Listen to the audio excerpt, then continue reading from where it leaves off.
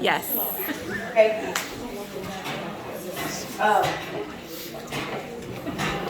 Well, first of all, I'm super happy that my mama got to be here today.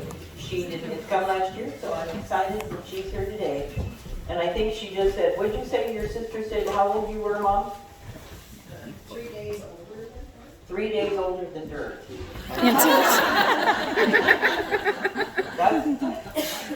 That's quite a compliment since her sister's 92.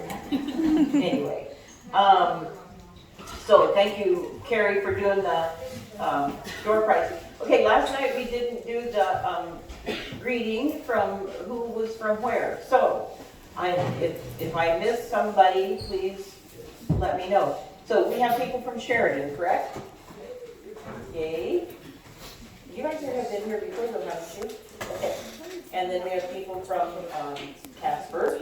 We always have our sweet little Casper group. And Story. Yay! From Story. That's awesome. Anybody from Gillette or Gillette? Yep, there we go. Kind of. Riverton. We got people from Riverton. Awesome. Lander. We always have our Lander group. Cody. We got Cody people. We got Powell people.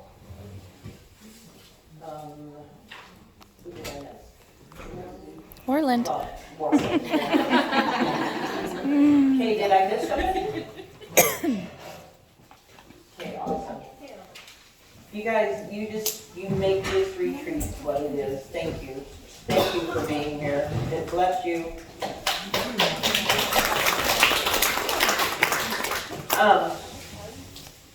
So we're gonna get the ball rolling here, and I don't know about you guys, but I'm just gonna jabber for a couple minutes. So if you're like Maxine, she says, I don't know about you, what you would do without coffee, but I would probably do 25 to life. So if you need an extra cup of coffee, go ahead and get it now before Lorraine gets up here. And it doesn't bother me if you wander and do your last potty break, etc., etc. Let's see. Another big, huge thank you to Carol Gadula and Lonnie Johnson. They made these wonderful bookmarks that you found at your place setting. So thank you, you two. They're wonderful. If you'll notice, we have little boxes of soap, and those are homemade bars of soap made by Fee and Kaylee. So thank you for those. And we need you to take one when you go. So I don't know if that's a hint or what. I don't smell anything, but anyway. And then I don't know if Fee can hear us or not, but was the breakfast good? Yes.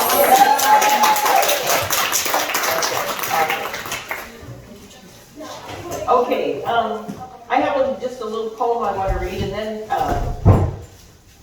Rachel is going to lead us in some songs.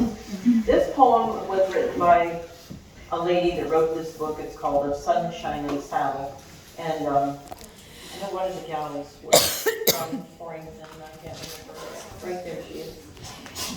Did you know Betty Jo Mathis? I've heard of her, Yeah. Anyway, she wrote several books. She's a good Christian lady, and she wrote this poem, and I just thought it was so appropriate with what we were going to do today. So, and I think there might be a copy in your folder, I'm not sure. Yes.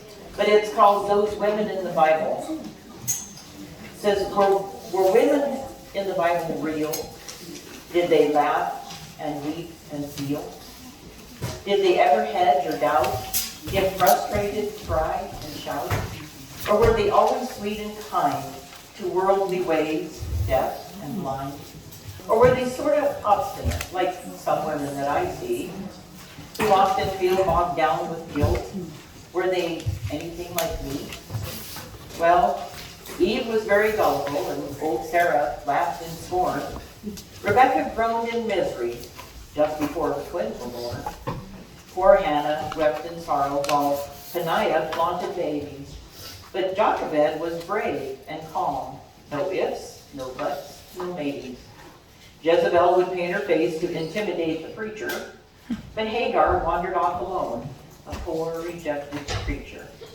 Kind Dorcas, she was loved by all, for sewing was her challenge. Lydia had a business head. Her checkbook was always balanced. Now Martha was the bossy type, while Mary loved and lingered. Delilah twisted Samson like a pretzel in her fingers. And so they come and so they go across the Bible pages.